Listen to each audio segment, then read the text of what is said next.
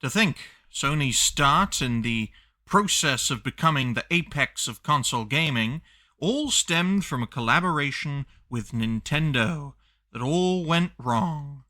For over 30 years, the Sony PlayStation has led the way in console gaming, from pioneering CD-based games as a system rather than as an add-on, all the while dominating the market, sweeping away Sega, dethroning Nintendo, and eventually humbling Xbox. Yet in all this time, as the last man standing, Sony PlayStation face a crisis. Though the console war is won, in air quotes, PC gaming has supplanted it.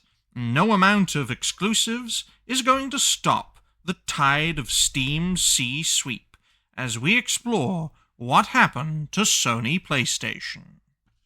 Although the Sony PlayStation, now known as the PlayStation 1, debuted in early December of 1994 for Japan and late 1995 for the Anglosphere, the foundation of the PlayStation originates in a collaborative effort with Nintendo, officially known as the Super Nintendo Entertainment System's Compact Disc Read-Only Memory. What a mouthful that is. It was firstly a collaborative effort between Nintendo and Sony, and then an effort between Nintendo and Philips, when Nintendo dropped Sony, with Nintendo eventually dropping the project completely in favor of the cartridge model that would eventually become the Nintendo 64 in 1996.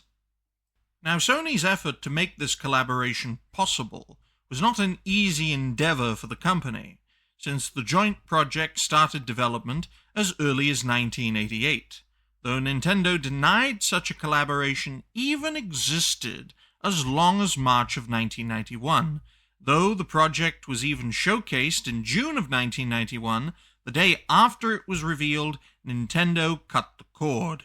So Sony doubled down, removed the cartridge-based model of the Super Nintendo Entertainment System, and in over 3 years developed and released the first of many great disc-based consoles.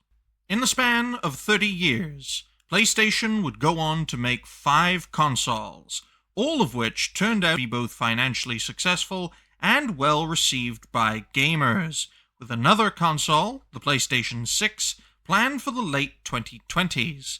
So why are we exploring what happened to PlayStation?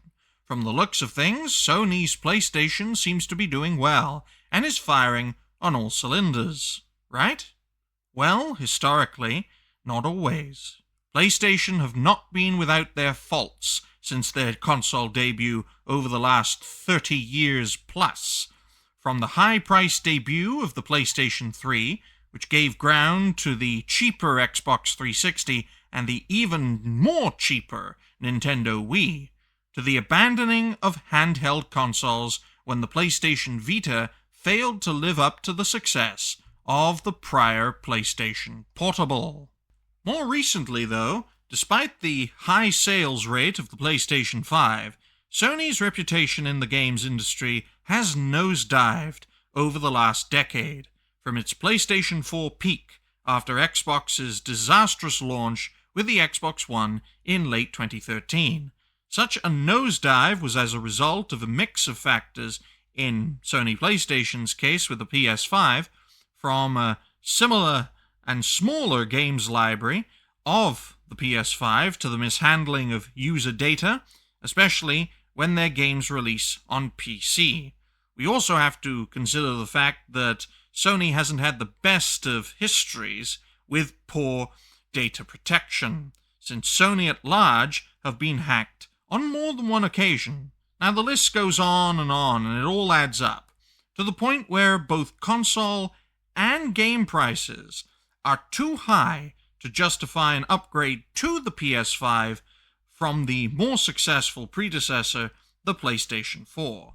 Now as for PlayStation's future, they could turn things around with the PlayStation 6, but console gaming is in decline, folks, and Sony is the last man standing in the console war, to me at least. And like all wars, it only ends when everyone falls, as more and more gamers move over to the PC gaming market. And that's what happened to Sony PlayStation. I am the Dignified Cartoon Gentleman. Thank you, and goodbye. It's the Dignified Cartoon Gentleman.